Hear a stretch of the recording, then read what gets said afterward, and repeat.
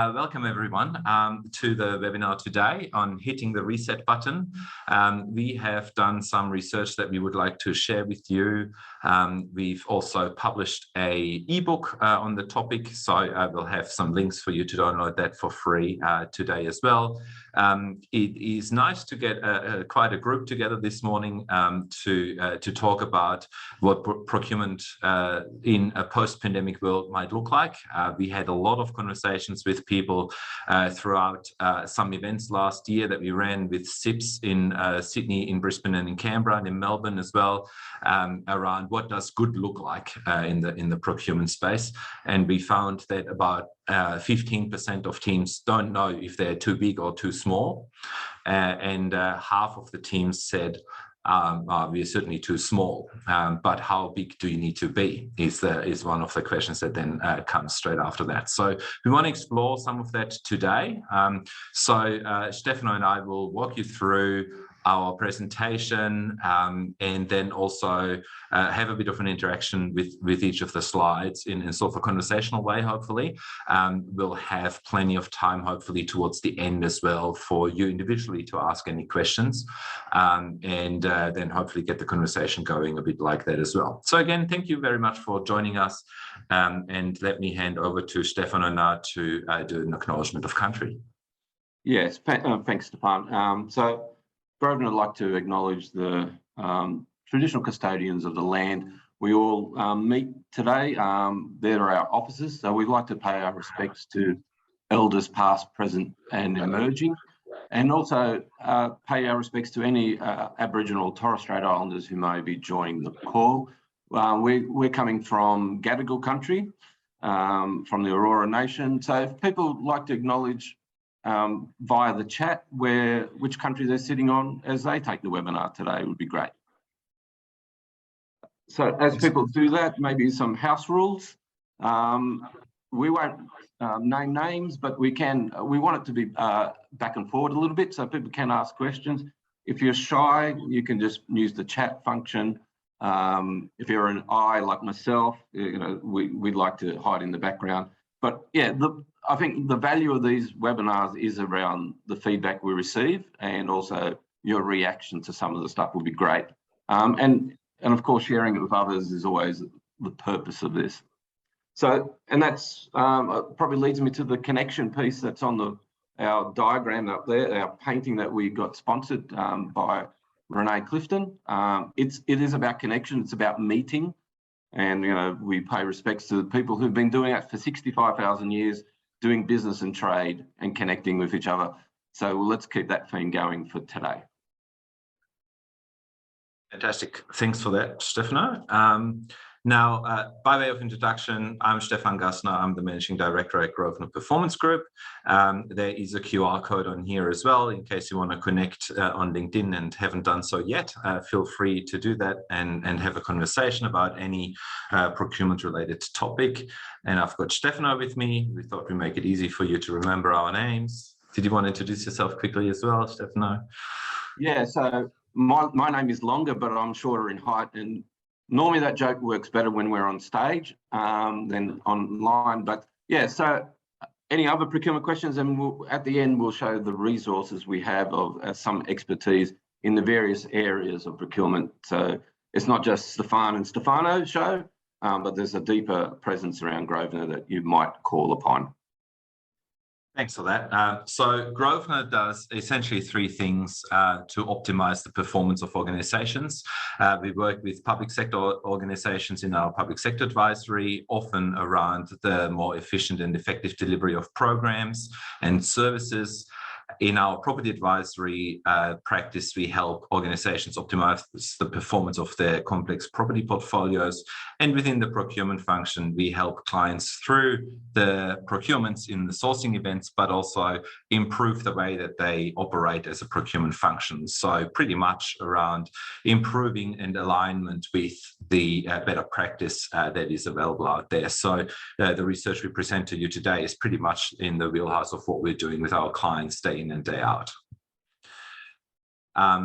And if you or anyone else can use any support with these sorts of questions that are on this slide here, we're more than happy to have a conversation.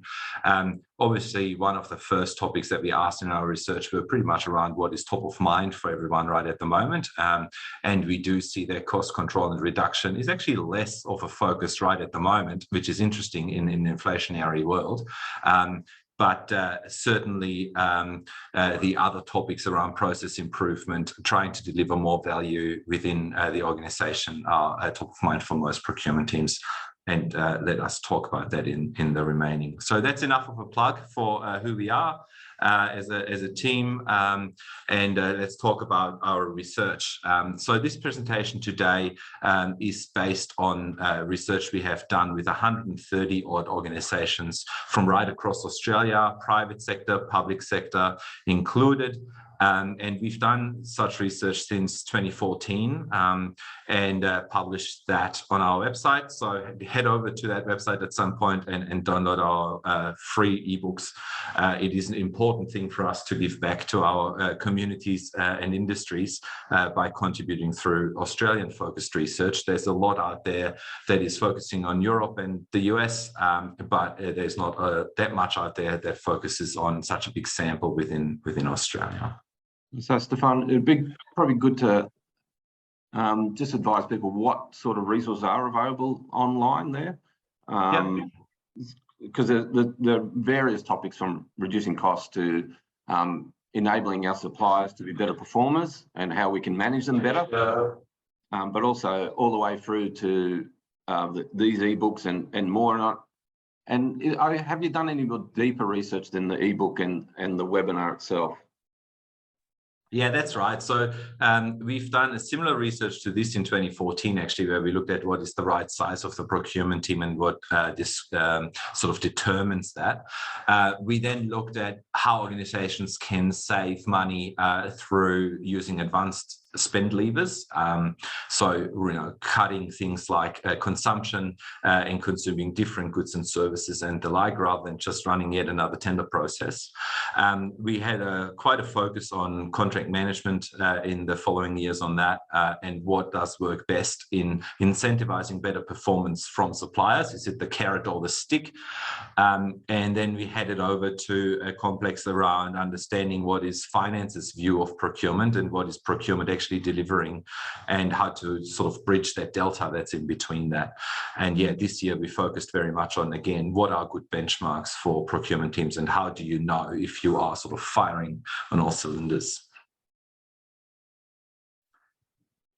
So the key takeaways from this year's review are just on this slide here. So the top priorities for procurement right now are very much business improvement and value creation.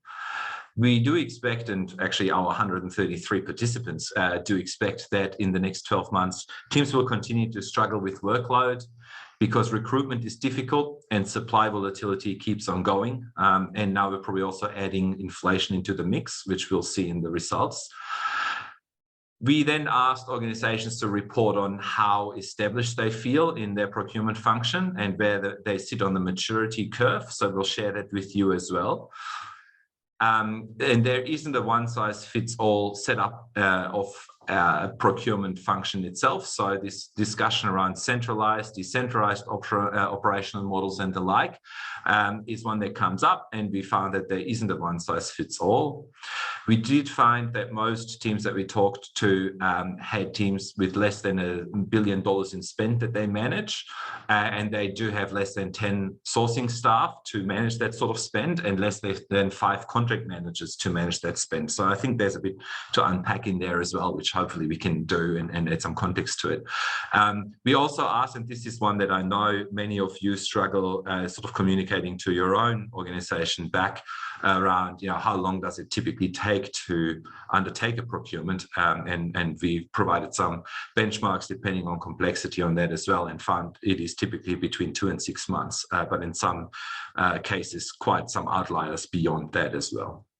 So, Stefan, I know you're going to go deeper into some of these topics here today, but in your X number of years of doing this report, is there like a trend that the profession of procurement people are maturing, or is it just we think we are and our stakeholders might not be?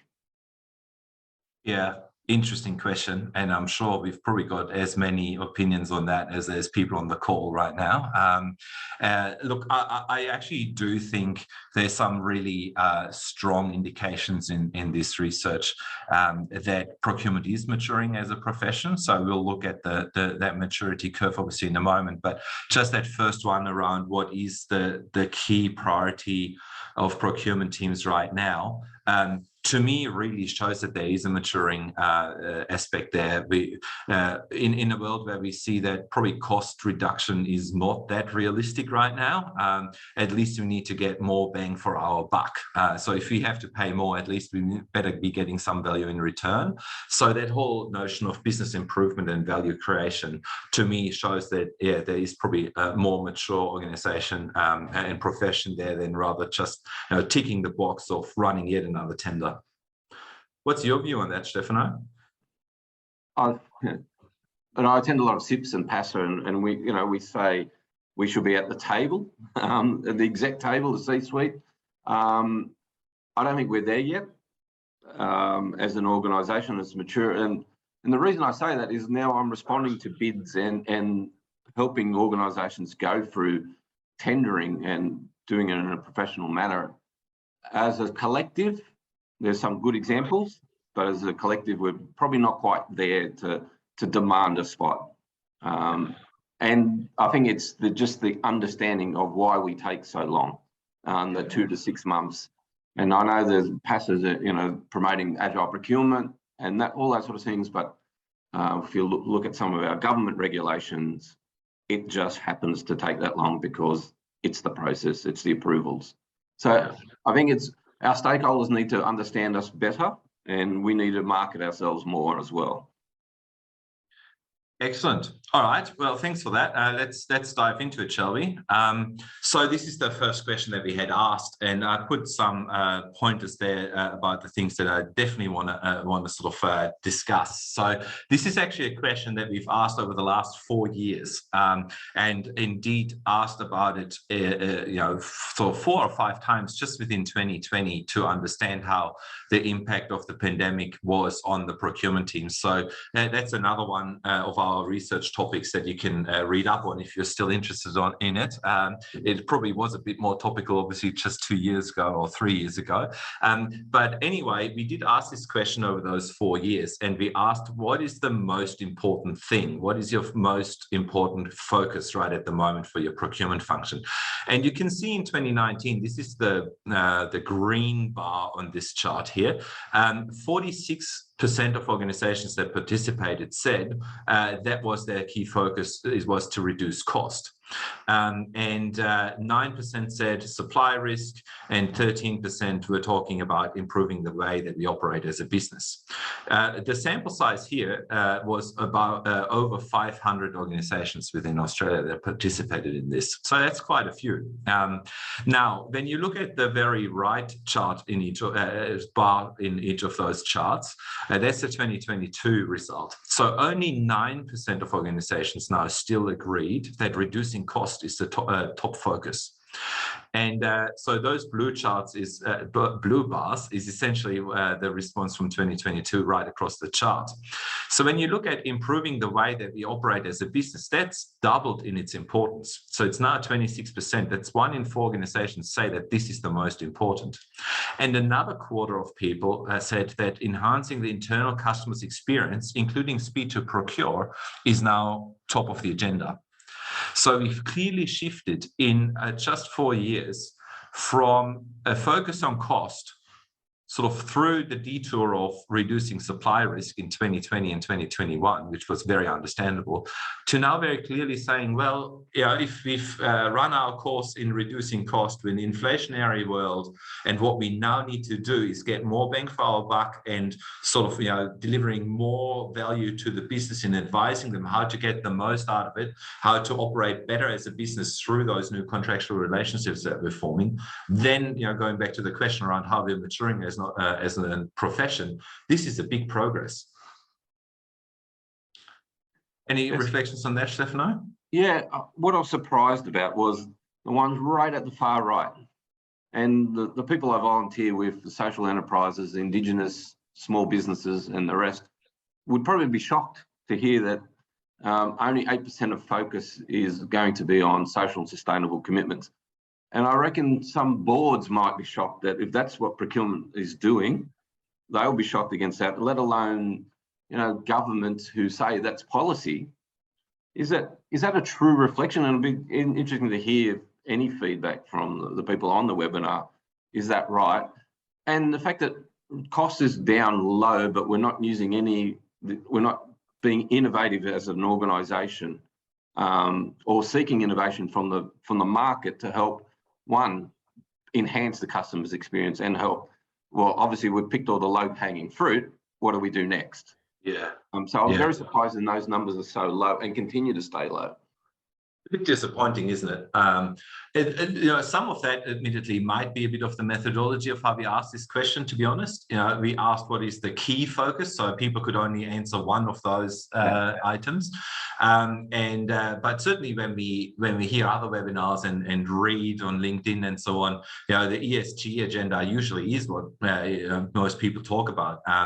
Probably in reality, it's just not quite there yet. But you know, you could also read those numbers a bit different.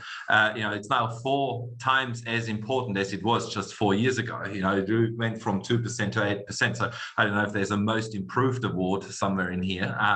Yeah, it remains to be a marginal topic, I suppose, an important one. But it is probably in the conversations with the stakeholders internally and what is expected of the procurement function to deliver, Justin also ran. Yeah, and I think there we're losing some value as people, because some of that innovation, some of that agile way of thinking is with those enterprises down at the far end. And it's not about, if you want a great quality result, I believe, moving away from our traditional suppliers to social and sustainable ones is probably the answer for the future, in my experience. Yeah. Apart from that, I was surprised with costs down 9%, and maybe when the new financial results come out in halfway through this year, that might be a difference of approach for some organisations. And I think you've touched on base, Stefan, on the other levers, because we've gone through the low-hanging fruit, we've done all the tenders, we've done all that. Is what's next? How are we going to derive value and cost reduction? So that's probably is, you know, and Matt's picked up on reducing costs 9% and driving social is 8%.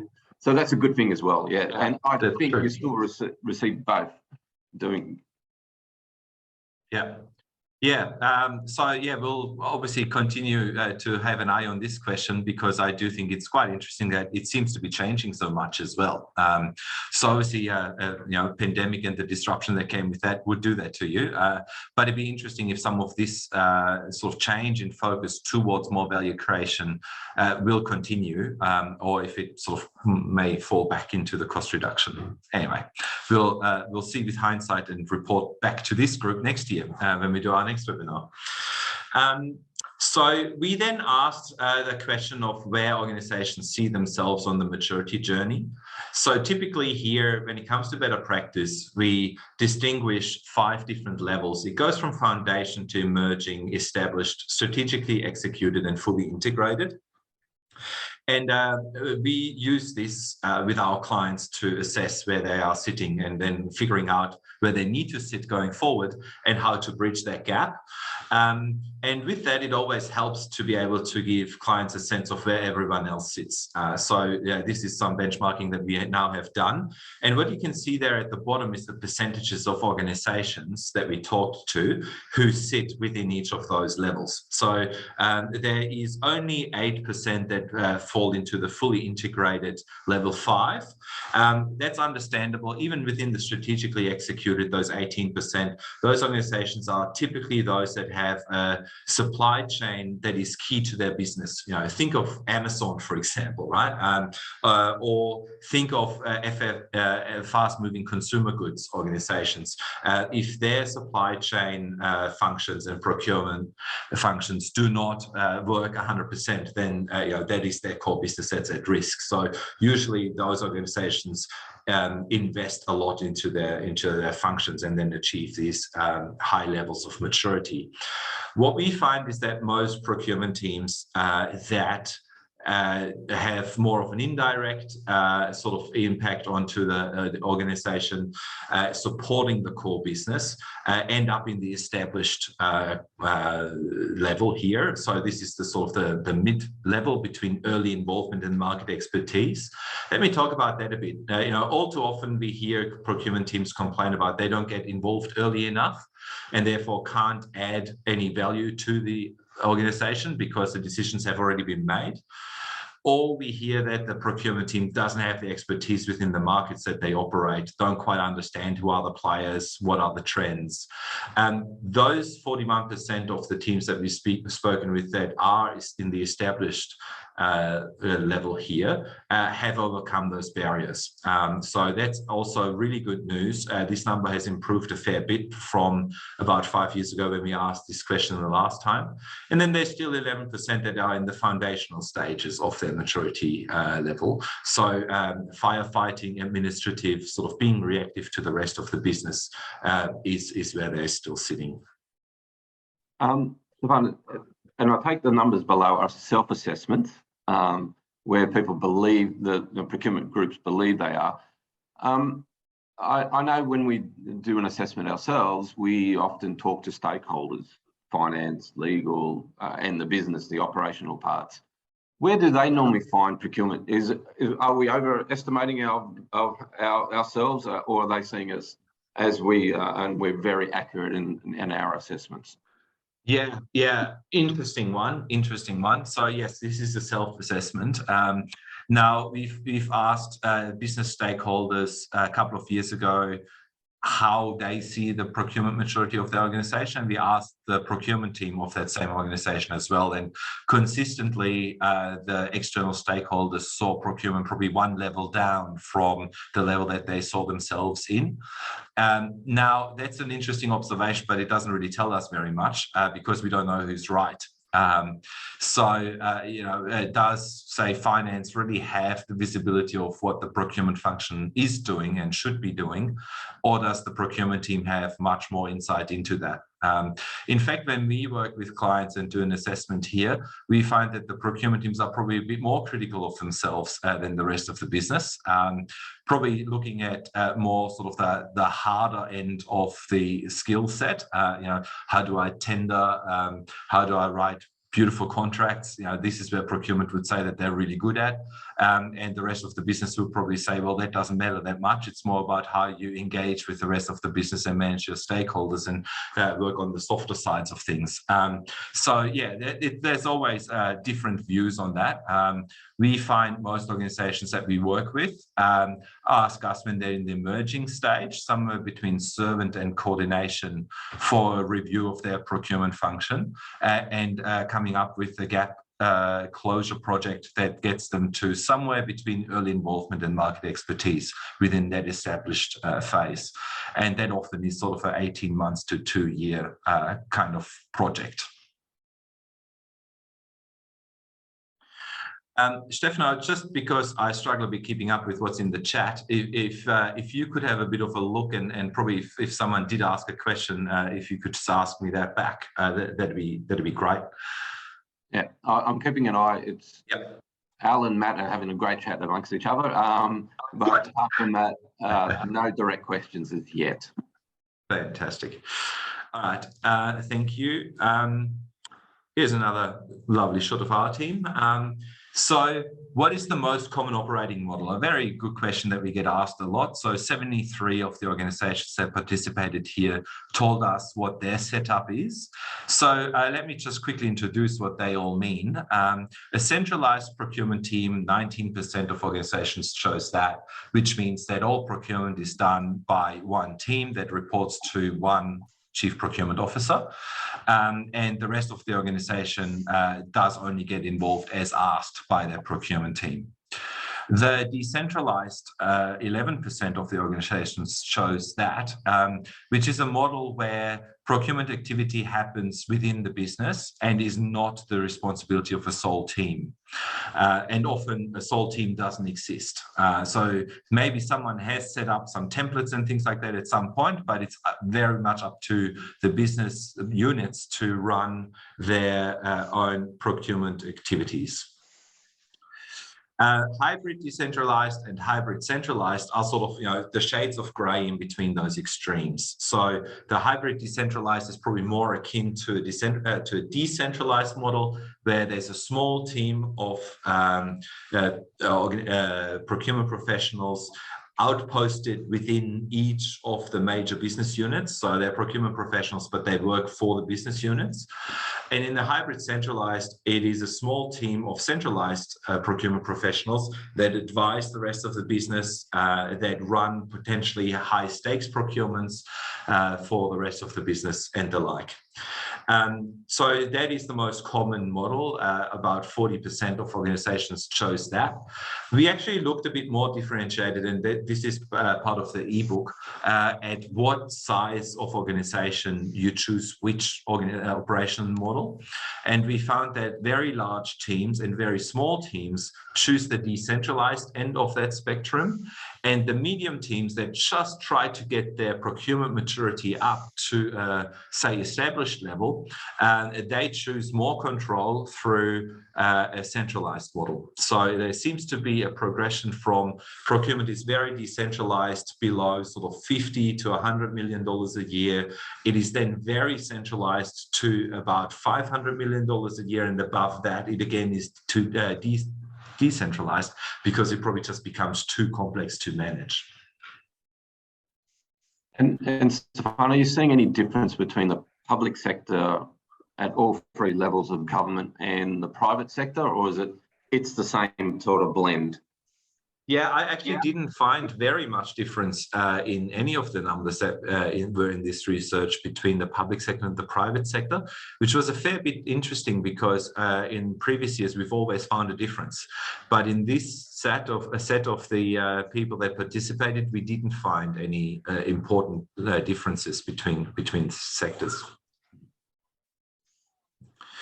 All right, let's move on. We did ask a question around how long does it take to undertake a procurement. Now, I get that. That's probably a piece of string question, but most certainly it depends on the complexity of a project. So we have distinguished here between simple, medium, and complex procurement projects. Simple being the ones that are of a low risk and below $250,000. And complex, we articulated as being high risk and above $1 million in total value. Of course, there's mega complex projects well above that as well, but it probably just becomes too small a sample to then actually talk about those. Now, we found that some organizations, which we call the champions, are the ones that get through it quickest. In a simple world, they get it through it in a month's time, and in the complex project, they take about 5 months. The laggards are here taking about 6 months' time for a simple and 10 months for a complex. Now, here was a bit of a difference between the private sector and the public sector, actually. And we did find that in that simple space, the public sector organizations are often with the champions, and the private sector organizations are more often with the typical or with the laggards. Now, we were wondering why that was, and we obviously then sort of quickly got to, well, public sector often has more things set up such as panels and common use agreements. that they are leveraging, especially at that lower end of the complexity. So they are probably better set up to deal with the high volume of procurements and purchases in some instances for those simple projects. At the complex end, it's exactly the other way around. Again, probably what the public sector buys is sometimes just a bit more unique and a bit more complex than what the private sector buys in some instances, and that would explain the longer duration there as well. And I take it everyone on the call agrees, because they're all looking at the champions column and saying that's us, or is there any commentary around this one? Because it's always topical, and it's always topical with our stakeholders, because they can't define what the procurement process begins and ends, and what is delegations and approvals and all the rest of it that's added on that expands the timeframes. So is that included in the numbers, you think, Stefan, or excluded and said these are the bits that procurement can influence? Yeah, we sort of had defined this from the point of a need being identified to a contract being signed. That's the time span that we're looking at here. Now, the question is always when exactly is that point where a need is identified? The contract signing is a very clear point in time, but the start is probably a bit flexible, which it would be in reality as well. So I actually think that makes a lot of sense. Yeah, so that again can be quite some discussion around this slide here. I did think it was valuable to include, because all too often procurement teams just struggle setting the expectation of the rest of the organization. Oh, why do you guys take so long? So being able to point to some research that says, oh, look, 56 other organizations in Australia take between 1 and 10 months to do this. We're actually not that bad. It's just how long it takes to do it properly. So that's why we've included that in here. Yeah, and I think the other point to take is if you're transitioning to a new arrangement and a new supplier base, is giving yourself enough time to go through the process, let alone handle transition properly. And a lot of times that's the cram point at the end. And all the good value that's been done in the sourcing bit falls over very quickly, and the operations teams aren't happy what we've ended up with. So you've got to add that to the end of the process as well, is proper transition. Correct. Thanks for that. I know there's a couple of more chat messages, so I'm sure you're going to keep a keen eye on that as well, Stefano. Thanks. So the next point that we've asked is, well, how many people do you actually have in your procurement teams? What we see here on the left-hand side is the direct people reporting into, say, someone like a head of procurement or chief procurement officer. The sample size here is rather high, over 300. We find that there is 6% of organizations that do not have a procurement team at all. And then 27% have 1 to 5 people, and another 21 have 6 to 10 people. So the vast majority of procurement teams in Australia, when we talk about it, have less than 10 people in the direct procurement team. The contract management team size is on the right-hand side, which is much smaller. And 31%, almost a third of organizations, don't have any dedicated contract managers. And 1 to 5 people is another almost half of the sample size. So hardly anyone has more than 5 contract managers in their organization, which is a fair bit of a concern, isn't it, Stefano? Well, and I've worked for organizations that don't have, or contract managers who don't believe they are contract managers because they're business owners. And part of the work is, and what we find as procurement people, we believe we've got all this value built into this contract arrangement, and no one derives any value because we go back to basic principles of just using the contract and poor management. And so savings don't eventuate, the process improvements don't eventuate. So all that value that we think we've locked away is never realised without good contract managers in place. And people understanding their role is as a contract manager. Sometimes they're dedicated, and that's very rare to find in an organisation, even in a centralised one where someone is responsible And I know people say category managers are responsible day to day, but sometimes they've got lots of contracts unless you're in a very unique relationship where your category is one contract. You're never going to go to that granular operational level of the contract to understand where value is being weeded away. And having been a supplier on the other side, if I know if my client isn't good at contract management, I start to not at Grosvenor. This is in commercial world. We start to, don't do that report. Don't have that full-time account manager. It adds profit line to us. So having a good focus on contract management really is key to unlocking the full value of that sourcing arrangement. All right. So ultimately, we wanted to know what determines the right size of a procurement team. And we found the biggest correlation time and again is with how big is the portfolio of contracts that you're looking after. So if there's less than $50 million procured per year, we find that most organizations have about 3 procurement staff dedicated to procurement of that. And the range is sort of from 1 to 1.5 FTE to about 8. That then goes up to 33 if it's more than $1 billion, and the range is between 12 and 50. Now, when looking at this a bit closer, you actually see that the FTEs per dollar, if you want to create it a sort of a ratio, sort of decreases, right? Now, we find that also the maturity of the procurement organization obviously increases the bigger it is, because obviously it's more important and more investment goes into it. So that explains some of that, why you would then also be more efficient. You'd have better set up processes, better set up relationships with stakeholders and systems and all of those sorts of things. So that explains that sort of range. There's not much difference between having to manage less than 50 million to manage between 50 and 250 million in the sort of the range of how many staff that you have. Now, all of that said, about half of the organizations we spoke with said that they were understaffed.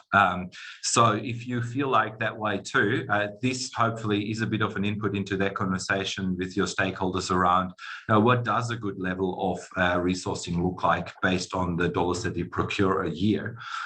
Or conversely, maybe there's just something to be said about moving up the maturity curve and getting a bit more efficient and doing things a bit differently in order to still be able to do the workload with the type of resourcing that you do have. Questions on that, Stefano? Any observations? Well, the resourcing one is an interesting piece, and I think it was different between all states. Between New South Wales was saying, no, we're all right in that space. Queensland saying there's definitely a demand for resources. But I wonder, has our workload increased? Are we sourcing more, or is it the responsibilities of procurement is now, as we mature as an organisation and we're looking at modern slavery, social and sustainable, all the governance, all the other bits and pieces that get lumped into procurement, is that growing and we're just not resourced for that part? Unless people put on the chat, I'm only guessing myself. Yeah. It's a good observation, and we certainly see that more of the large private sector organizations, talk about the financial sector, the financial services sector, for example. The regulation that's now in there and coming in is not that much different from what the public sector has to deal with as well. So I do think also in the private sector, with boards now having that ESG sort of mandate and importance on reporting on that, that there are external drivers that put more emphasis on procurement, which is a great news story for every procurement professional, really, because again, it goes to show that we can add more value to the organization rather than just beating down the cost of a supplier. Stefan, we finally got, so Charmaine wins the award of being the first person to ask a question to us. So how is resourcing affected by, someone's asked another question, by the number of contract types from strategic to routine per resource? Do we have those numbers or that information? Yep. That's a great question, and I'll just use that actually as a segue to a plug to the ebook, because in the ebook, what you see is we went to talk about the team size. So this is a page that's dedicated to just the small teams between 50 million and 250 million procured per year. And it then talks about, for example, the workload that they do have. So the simple, medium, and the complex procurements that they run in a year, sort of the numbers of those, and then again, how that reflects on the resourcing. So the ebook has a bit more detail on that. And obviously, that sort of plays a big role. If you do lots of volume in the simple space, that takes a lot of staff. And if you do only focus on the complex ones, well, maybe that also takes a lot of staff in the procurement team and quite differently qualified in doing so as well. So in the ebook, we've got for each of those team sizes, what's top of mind for them right at the moment. Is it the cost focus, the supply risk focus? Is it resourcing? What is their typical maturity level that we saw on that maturity curve? What's our typical operational model? How much resources do they typically have? And what does the workload look like? So those are the detailed benchmarks that are available in the ebook to sort of reflect on based on where you sit. Yeah, so Joe's got a question around contract management. And have we ever done any research about how much it costs to manage a contract as a percentage of the value of that contract? Interesting. We have not done that in a research paper. We often see that contracts such as in the property category, where we've got a bit more insight into working with clients, that they often have a management fee of between 1% and 3%. It's a hard thing to obviously quantify. As you appreciate, obviously whether it's a simple or a complex thing that we're buying has quite a different impact. So the risk exposure plays a big role in how hard it is to manage a contract. So it's not just the dollars, is what I wanted to say. And the other part is also how the contract is going is quite different too in its management efforts. So we've seen very big contracts from a dollar point of view go swimmingly well because the service providers are really up to it and super motivated, and you don't have to worry about them at all. And then there is always the niggly smaller one that is so difficult to manage, and that's where all of the resources go. So often it's the squeaking wheel that then obviously takes up most of the management effort. Yeah, and picking up on this one, and working in a previous organisation where I was brought in to look at strategic contracts management and how managed the contracts were around the place. The executive of that organisation asked, well, how are we going? I said, the main problem you have is you do not have contract managers to run some of your, and these were operational type contracts, so key to success and reputation of that organisation. So we convinced them without much effort that you really, and they eventually got involved. They had executive oversight. So we had picked 12 contracts, and every month, one contract would be presented back to that exec group by the contract manager. So we expanded from one contract manager to 12, and they presented on what the operational risks were and the rest of it. So execs then had a feel for, oh, we're not so bad on some, or we need some more focus on others. But as a cost, wouldn't know, the percentage would be very minor. That's 12 people probably managing $400 million worth of spend. That were really operational, critical, and for that organisation, if they failed, would have had lots of community impact. So sometimes it's not the dollars as percentage, but what could be the impact if you don't manage properly. Excellent. So just talking about the ebook, that's probably all of the main insights that we wanted to share with you right today. There is a QR code on this slide which you could scan to download the free ebook. And I understand that we'll also send it out to you after this as well, potentially also with the slide pack.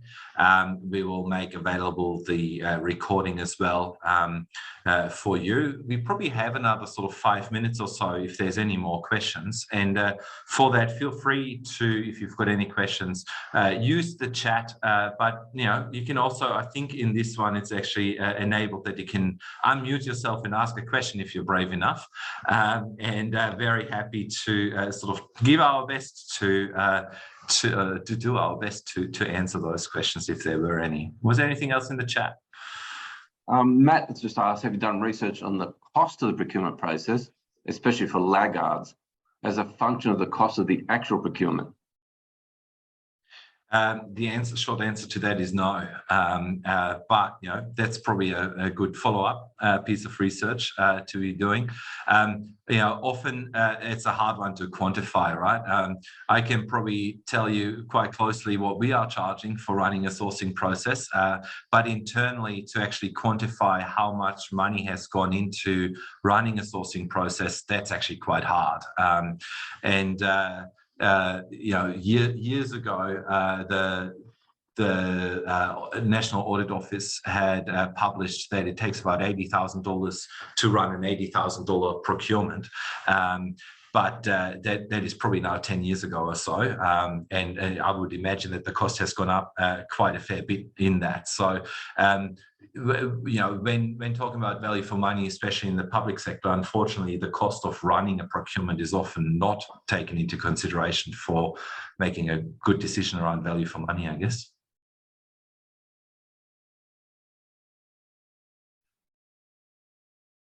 Right, any other questions?